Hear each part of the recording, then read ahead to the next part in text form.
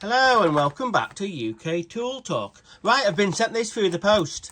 I saw an advert for these online and sent an email saying, can I have one please? It's just like a freebie from Wavin hep20.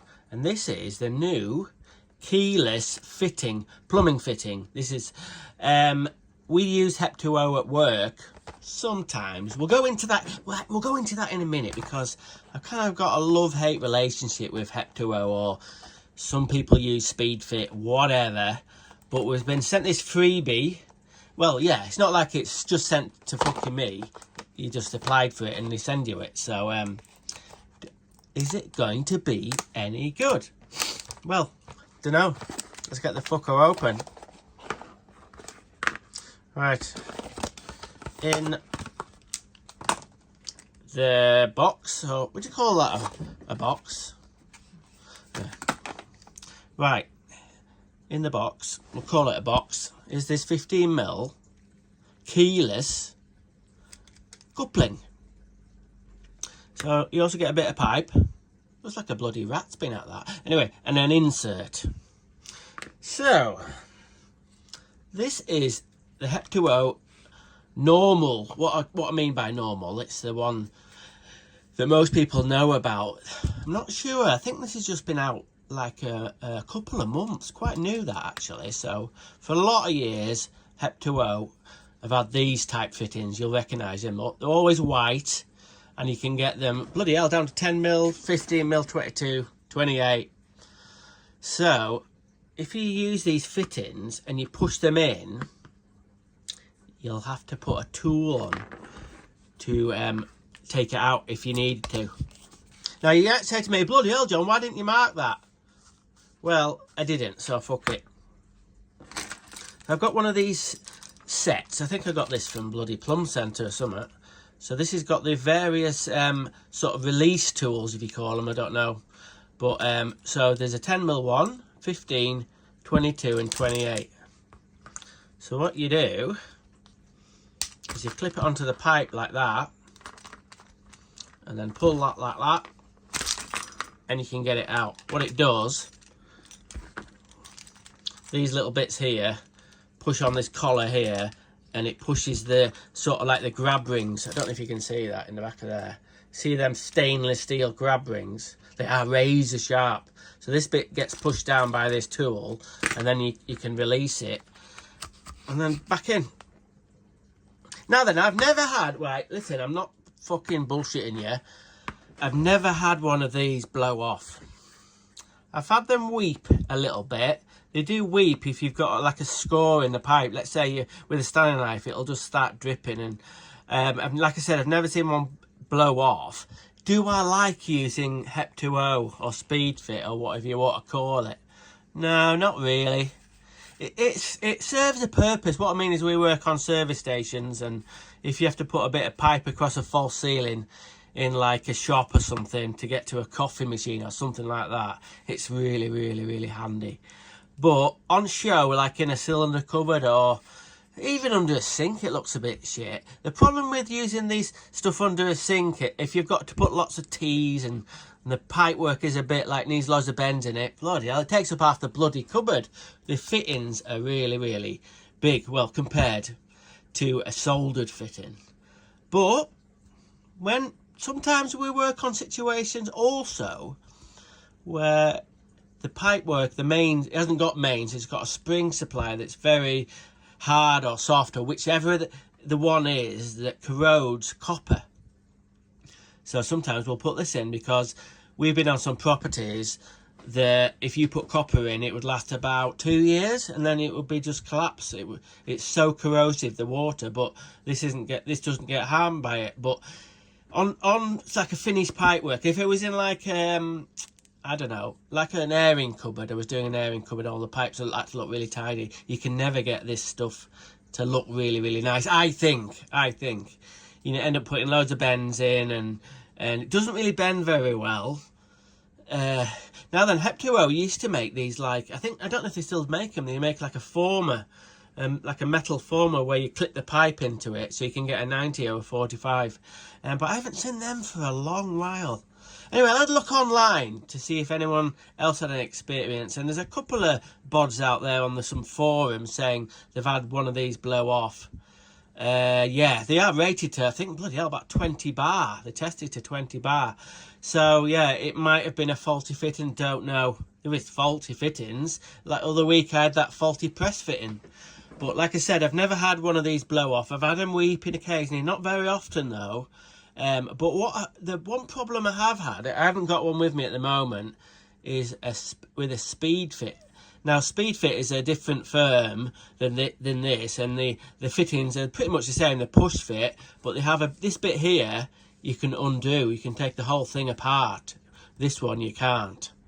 So I went on a job, and just little bits of vibration like that, and I think when the installer put the pipe in, it was on a 22 Speed Fit elbow, and over time it went like that, and then it wound itself just by sort of, must have been catching on something and going like that. It took a few years, but it blew off. So it came through the ceiling. One thing about if you have a major sort of leak on the heating system, a sealed heating system, is you'll just get a little bit of an initial rush, and then it'll probably, it's not like a mains pipe. If a mains, if this was on a mains pipe work and it blew off under the bathroom floor, let's say, or something like that, you'd be fucked. If you weren't in, oh my god, water can cause so much fucking damage. Anyway, what was I waffling on about? So anyway, we'll take this one out using the tool. Right, so these ones, they look similar. They're slightly slimmer, ever so slightly slimmer, and they're ever so slightly shorter. I think they look, I'm not sure.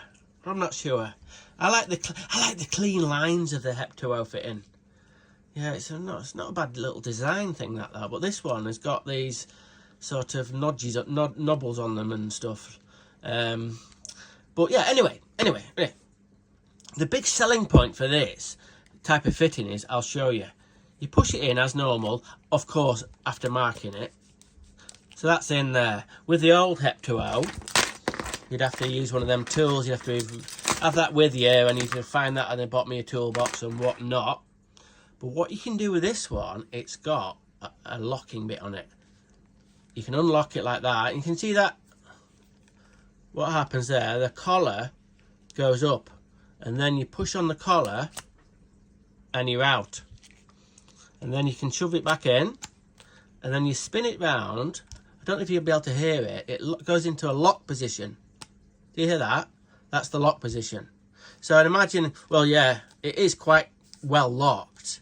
If it was unlocked, let's say, it wouldn't blow off. But you've got a slight, fucking hell, there's not much chance, but there has been a couple of things online, maybe, that if this was up against a beam and it was a really tight hole and it was on hot and it was going backwards and forwards, yeah, and I don't know, maybe it could have got pushed back, pushed like that. That's on the Speed Fit ones. I'll try and find a Speed Fit one in a minute. But yeah, so on the lock position, it's a tidy little coupling, and if you have to dismantle, right, fucking hell, if you have to dismantle these fittings, yeah, it's a lot easier than fucking about trying to find the little tool to take it out. Now, I've done a little bit of price checking for you good folk out there, and just taking, for example, these two fittings, I thought this one, right, I think this one's about a couple of quid or something. They're quite expensive, these hep20 fittings. So this is a 15mm coupling, and yeah, a couple of quid. And I thought, oh, right, that's going to be like 3 quid because it's all special and new, and it's got a special feature on it. But no, there's a few pence difference. There's not that much difference. And I imagine they would probably do away with, I don't know whether they're doing away with this one and just having this one. I don't see the point of having two. You might as well just abandon this one and then just use this one, because if they're compatible, it goes on to copper or hep20 or even that Speed Fit pipe. It doesn't really make that much difference. And like I said, I've never had that much trouble with them. So the next time I have to do a job with hep20, I probably will say to the boss, because the boss won't probably know about this, I'll say, right, you need to get the hep20 keyless stuff. Now you might say to me, hang on a minute, John, you've just got it out of the box, you haven't tested it properly. But like, I don't do fucking hep20 that often, so you know, I don't know whether I'm going to fucking use this. So yeah, there's no point. I tell you what, I'm not fucking with you. It's going to be shit hot. It's not going to fucking do out.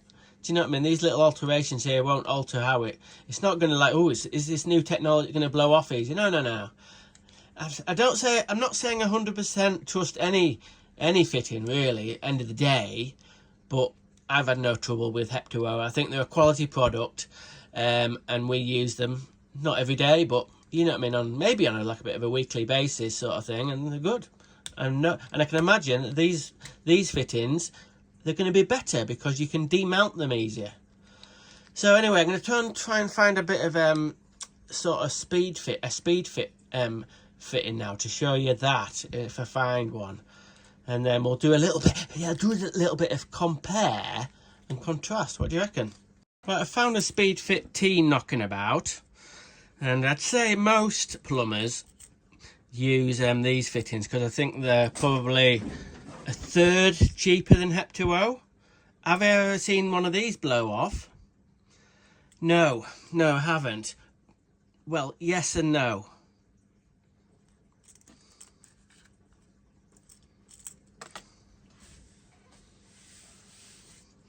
Right, I found a speed fit tee. So yeah, they're about a third cheaper than hep20. We see a lot of installers use these. I don't like the fucking look at them. They look cheap as fucking shit. But I've never seen one blow off.